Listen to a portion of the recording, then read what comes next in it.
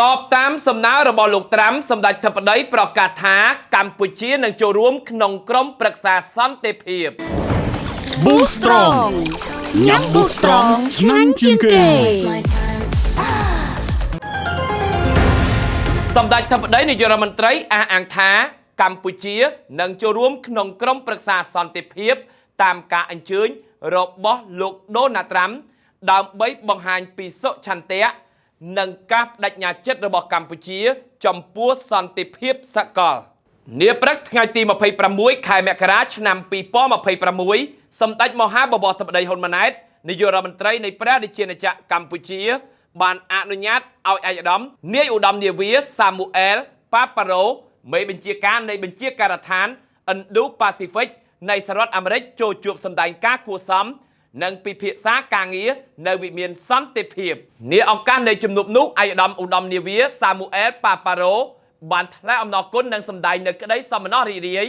ដែលបានជួបសម្ដេចធិបតីជាថ្មីម្ដងទៀតក្នុងដំណើរបំពេញទស្សនកិច្ចលើកទី2នៅកម្ពុជាឯកឧត្តមបានសម្ដែងការពេញចិត្តនិងវាយតម្លៃខ្ពស់ចំពោះវឌ្ឍនភាពនៃទំនាក់ទំនងសហរដ្ឋអាមេរិកកម្ពុជា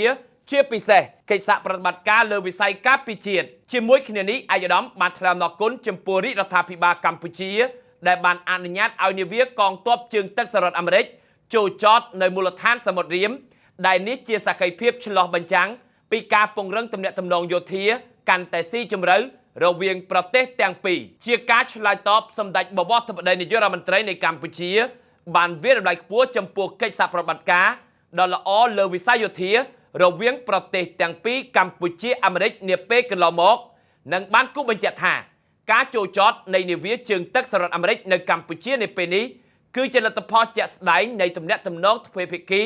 ដែលកំពុងរីកចម្រើនសម្ដេចបវរធិបតីមានជំនឿយ៉ាងមុតមាំថា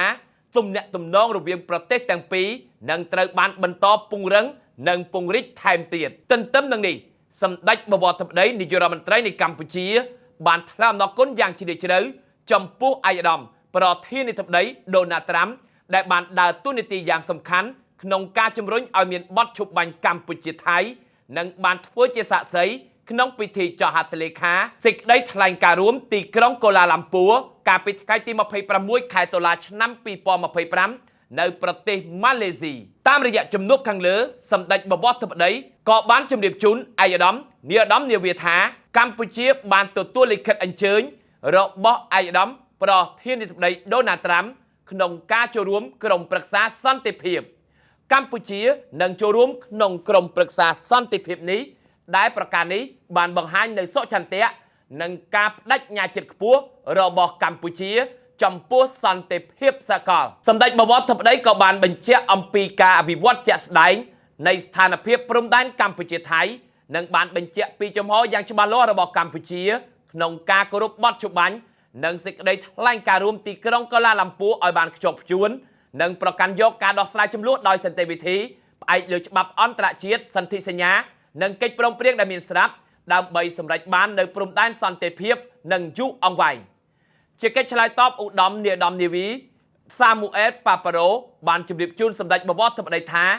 ឯកឧត្តមប្រធានាធិបតីដូណាល់ត្រាំនៅតែបន្តយកចិត្តទុកដាក់ចំពោះស្ថានភាពព្រំដែនកម្ពុជាថៃនិងការអនុវត្តតាមស្មារតីនៃសេចក្តីថ្លែងការណ៍រួមទីក្រុងកូឡាឡាំពួរឯកឧត្តមសាមូអែលប៉ាប៉ារ៉ូក៏បានគូបញ្ជាក់ពីសារៈសំខាន់ប្រកបដោយការស្ថាបនានៃតួនាទីរបស់ក្រុមអ្នកសង្កេតការណ៍អាស៊ាន AOT និងបានជម្រាបជូនសម្ដេចបវរធិបតីថាសហរដ្ឋអាមេរិកបន្តគាំទ្រដល់ការបន្តយន្តការ AOT ព្រមទាំងគាំទ្រដល់ការពន្លឿនដំណើរការ JBC ក្នុងការវាស់វែងនិងខណ្ឌសីមាព្រំដែននៃប្រទេសទាំងពីរយោងតាមខ្លឹមសារនៃជំនួបនេះនាយករដ្ឋមន្ត្រីកម្ពុជានិងមន្ត្រីយោធាជាន់ខ្ពស់អាមេរិកបានជជែកគ្នាច្រើនពាក់ព័ន្ធទៅនឹងស្ថានភាពព្រំដែននិងចំនួនព្រំដែនកម្ពុជាថៃតើអាមេរិកមានគម្រោងអ្វីទៀតជាមួយនឹងកម្ពុជាខ្ញុំបាទណារ៉ាពីកម្មវិធី60